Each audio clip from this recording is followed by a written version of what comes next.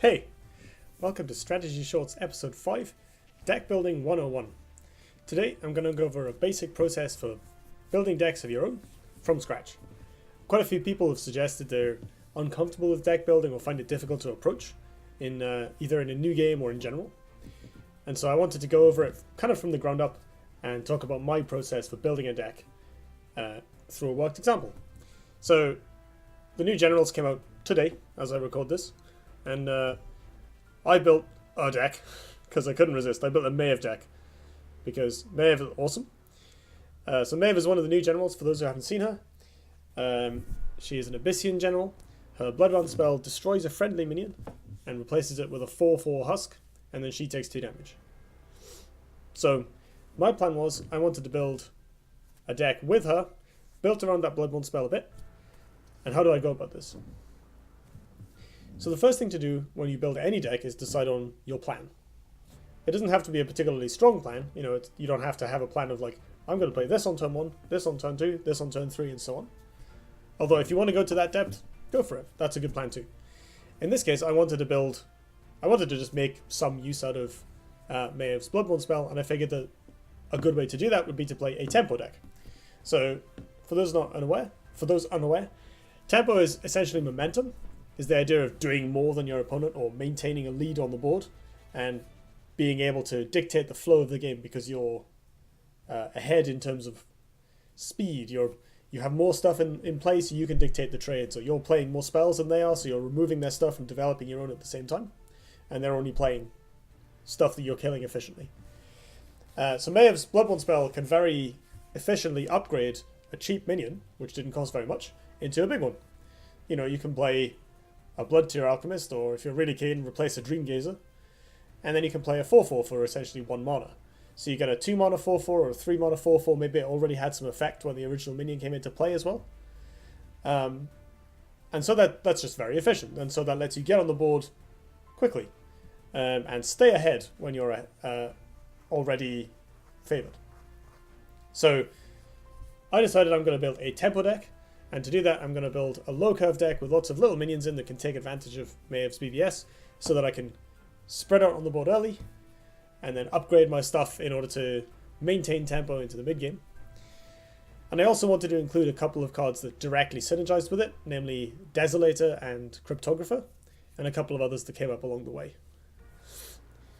So now that plan is quite good, right? That's fairly comprehensive. Having started with a rough idea of I want to build around this Bloodborne spell, I thought through what can I do with that. I can make a tempo deck. What's the best way to make a tempo deck with a Bloodborne spell that's this awkward? Well, I guess I'll put in cheap fodder to feed to it that I can then upgrade, which also then lets me spam on the board early to make sure I get ahead early. And now I have a strategy in mind. And so now it falls to me to implement that strategy. So I need to put cards that do that in my deck. Find ways to offset the downsides of that strategy. So I need to support it with stuff like, in this case, card draw, because I'm going to be playing a lot of cheap things, so I'm going to run out of cards very quickly. And put in a certain amount of essentially good stuff, cards that do things that are powerful within the context of the game as a whole, like removal spells, burst, powerful cantrips, and so on. So in this case, because I'm playing a fairly aggressive deck, I don't want very much good stuff. There's basically a sliding scale between synergistic cards that are relatively niche or suit your deck very specifically, and good stuff cards that are generically powerful. Abyssian are maybe not a great faction to explain this with, so let's look at Lionar, which are full of good stuffy cards. Just very quickly diverting. This is a Zeran deck. It doesn't have a lot of good stuff in. Fortified Assault. Oops. Relies on healing tiles. Doesn't do a lot unless you're generating healing tiles. Sunrise Cleric. Kind of small. Mostly there to make a healing tile. Sunforge Lancer. Also kind of small. Great when you're healing a lot. There are a few good stuff cards in here, like Holy Immolation, which is, it likes having cheap minions, but it's generically powerful. Windblade Adept, which is just a solid 2-drop. And Trinity Oath, which is a powerful enough card draw spell that most Lionar lists just run it full stop, regardless of whether or not they need, air quotes, card draw in particular. Other good stuff cards in Lionel might include things like Ironcliff Guardian, maybe Martyrdom, Silverguard Knight. So these cards are not very specific. They don't combo with your deck in particular. And if you're playing a deck that relies heavily on synergy, you might not want them. Conversely, if you're playing a deck that just wants to curve out with powerful minions, like some kind of mid-range deck where you just want to plop your stuff on the board, and maybe you have things that, play off attributes of those minions, like Divine Bond with your Ironcliff Guardian, but mostly you're just playing a good stuff deck, and you're playing your good stuff to the board and winning with card power. I see this as kind of a spectrum, and you can think of the percentage of good stuff that your deck has space for. If your synergy is fairly light, you can back it up with removal, card draw, a finisher, perhaps. If your synergy is very heavy, you're going to need to dedicate more deck space to that. So going back to my Maeve deck, it does have a fairly specific plan. I need a lot of fodder that allows me to quickly get on the board and activate Maeve's Bloodborne spell. I also really want to play a very powerful card in Horror Burster, which goes really, really well with the BBS, and is only any good if I have something on the board to play, preferably something cheap, or something that had an opening gambit effect, so that I'm not upgrading a 4-drop into essentially a 6-drop, which is not really worth it. I'd much rather upgrade a Wraithling or a Zix. Some crap throwaway minion that then can be turned into this huge beatstick for a massive tempo swing. So, where do I start? Let's put in the chaff. So basically I think I typed summon in the collection manager to try and find any minions that came with additional minions. I found 6. I found Gloom Chaser. That was more or less it that looked any good. I then just sort of cancelled that and started scrolling through the Abyssian collection in general. I don't think there's... don't feel like you have to know exactly what goes in your deck before you build it, if you know what I mean. Like, I will regularly just go through the collection manager and click on stuff I want, and then trim it down later. That's very important. Like, as you go, your deck will fill up quite quickly, and you'll end up cutting cards back to make room for new tools. As you not only just... It's not necessarily tuning, it's just kind of, oh, I think I'll want this, I think I'll want this, I think I'll want this, and once you've done that enough, you'll end up with far more than 40 cards. So it's starting out with, it would be nice to have a full 3 copies of Blood Tier Alchemist, a full 3 copies of Dreamgazer or whatever, and later on I'm like, well, I can trim this because the card's not always at its best. I can trim this because it has a significant downside. I can trim this because it's not as good as these other cards I'm playing. I can trim this because I don't need this many spots on the curve in order to fit in better cards. So yeah, I started out just like looking through the collection manager to find any cheap minions. Dreamgazer caught my eye. I do like Dreamgazer. That seems pretty good with Maeve's Bloodborne spell if your opponent isn't pressuring you too much. Sphere of Darkness is good stuff. It helps me dig to my key cards because it cycles. Its removal can be tempo by efficiently killing something or finishing a unit off. 6 was exactly the sort of card I want in this deck. As a Herald stuck out, I was looking for 2-drops. I filled out a bunch of 1s and a bunch of 3s, and a little bit later I was looking for 2s, and I thought, yeah, I'm going to want As a Herald and Healing Mystic because Maeve is going to damage herself a bunch. And of course your opponent's going to be able to attack you at some point, so it helps to try and stay alive. Cryptographer, I love the idea of going second and going turn 1 Cryptographer BBS and just having a 4/4. It's pretty dominant. Or even, Cryptographer on the mana tile Zix Malice, which is what the Bloodborne spell is called. That's disgusting. You've got a 4/4 in the middle of the board and your opponent's like, what just happened? But I didn't want 3 copies because that's a relatively niche. That's like, look how good my opening hand is more than anything else. And later on in the game, double using the ability. That costs a lot of life. Demonicler, I was talking about good stuff. This card came in later in the picture. I was like, I'm going to need some removal.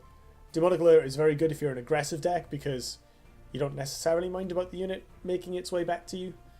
You usually just want to be able to get rid of it and clear space for the kill.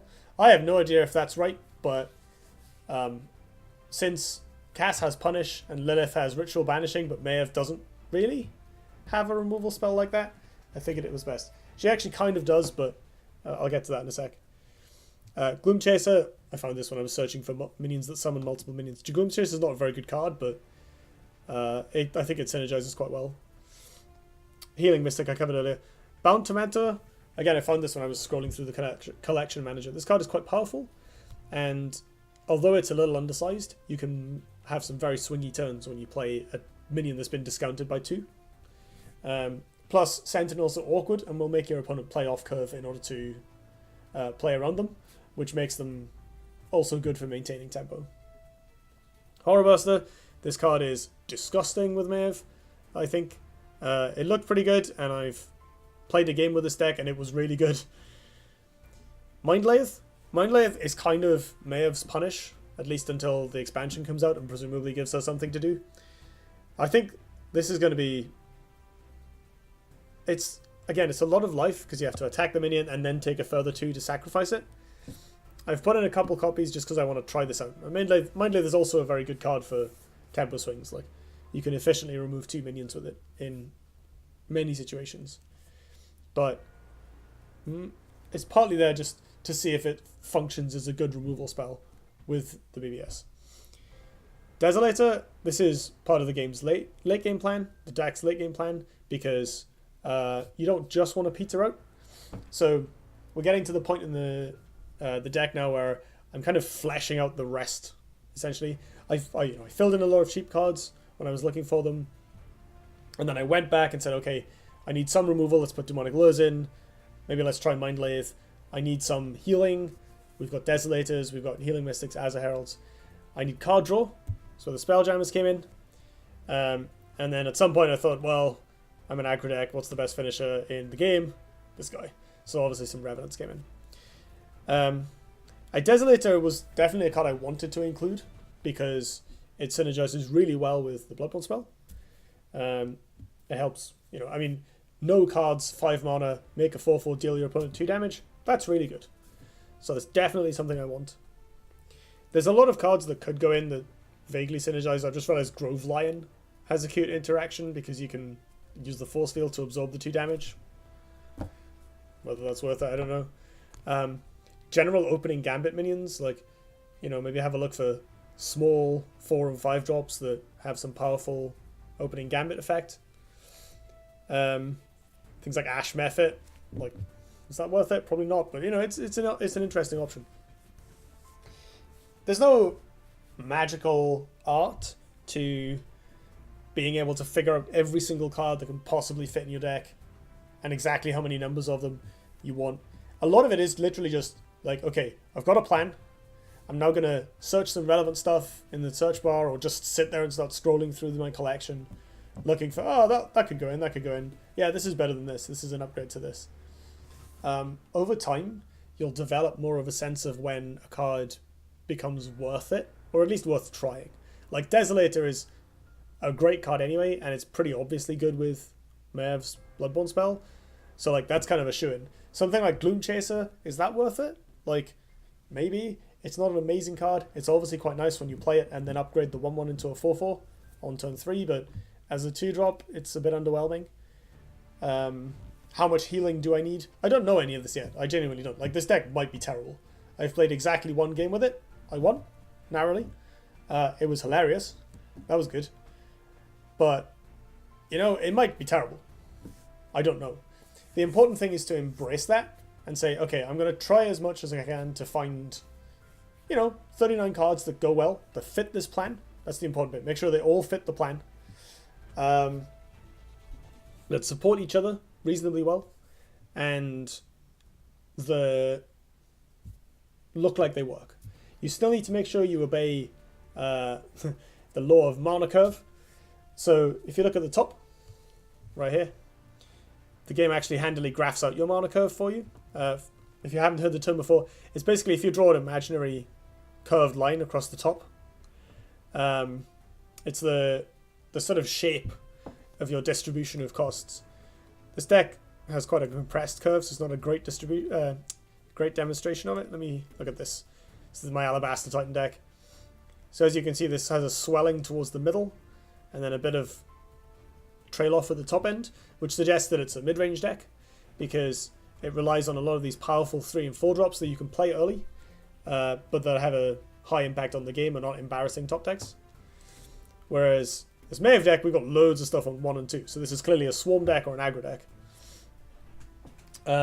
Your mana curve should look roughly like a parabola. It should hump somewhere around probably the 2 or 3 zone and then smoothly decline later. You don't want too many expensive cards. You usually don't want too many cheap cards unless you're building something really extreme like this. And you should look to support your deck with the tools that allow its mana curve to work. So if your curve is low, you almost certainly want Spelljammers, or if you don't have them, Sojourners and Blazehounds. Basically some source of card draw, ideally a reliable or repeatable one, which Spelljammer is really good at. If your deck is playing very low curve or is playing very combo-y, you might want Spelljammer and Sojourner, which I've definitely done before. Like, your hand will probably stay full a decent amount of time, even if you're using cards very inefficiently. Meanwhile, if your deck is higher curved, you don't normally want that much draw. Like, I think my Titan list has just 2 copies of Solarius in it, which is a 6-drop that draws 2 cards if it's next to you at the end of your turn. Which is, you know, it's like the card is very powerful, but I only need a couple copies just in the case that, oh, I've run out of cards, let's play Solarius and reload. Which doesn't happen very often because the curve is quite high. You don't tend to play more than one spell a turn very often. Similarly, in a higher curve deck, you want more removal to help you survive to cast your bombs. In a lower curve deck, you usually want less removal because removal is inherently reactive. And one of the advantages of having a low curve is that you can get on the board ahead of your opponent, dictate efficient trades, and push face damage, so you don't need removal as much. It's mostly useful for keeping you ahead. So you want less good stuff usually in the lower curve decks, especially if they're also quite synergistic ones, like this, which has basically a bare minimum of good stuff. We've essentially just got the Demonic Lures and the Spheres of Darkness. And I guess technically the Revenants, but Revenant fits so well with our plan that we want it anyway. Meanwhile, in something like a control deck, you'll have a lot of cards that probably qualify as good stuff, and then a bit of creep synergy to help you go over the top of your opponent. Things like Abyssal Juggernauts for a big mid-game minion, and Obliterates as a finisher. So, it all varies. It varies depending on your plan. It varies depending on your mana curve. It varies depending on your collection, obviously. And if you get it wrong, that really doesn't matter. Again, I want to reiterate that, well, I think is actually the most important point. Just, like, look through your stuff. Try and find things that fit your plan. If you get it wrong, that's fine. You can come back and change it. Your decks are editable whenever you like. There's no harm in having built a bad deck. I do it all the time. I'm constantly, like, experimenting with terrible decks on stream. And I'm always happy to, you know, look at other people's decks and help them as well. Feel free to link me your deck and I'll see what I can help say about it. But should probably wrap this up. Video's getting a little long, as they all seem to. To summarize once more, make a plan. Find things that fit the plan as best you can. Again, just by either with your incredible brain power or just by scrolling through the collection like I do. Make sure you have enough support that your deck can survive, can keep itself fueled on cards, can get ahead on board if it needs to early on. That sort of thing, by including the right amount of good stuff and the right extra tools, the right amount of card draw. Be mindful of your mana curve. Don't include a too high curve for a deck that's meant to be aggressive. Don't include a too low curve for a deck that's meant to be powerful in the late game. And that's it, you know? Like, I built this deck in 5 minutes. Again, it's probably terrible. It's certainly unrefined. But there's only so far you can get before you play the deck and realize, you know, how it actually functions in reality, what the ladder's like, how it matches up against the rest of the stuff in the meta, which are all subjects for other strategy short videos. So just playtest, come back, reevaluate your plan, reevaluate your card choices, reevaluate your support cards, reevaluate your mana curve. Always be willing to make mistakes and then fix them later, because that's the best way to learn. So I think that about wraps this up. Unfortunately, I have to go to bed now, so I can't spend all night playing this on ladder because it's hilarious. So I'm going to get this video uploaded and then clock off. So I will see you next time.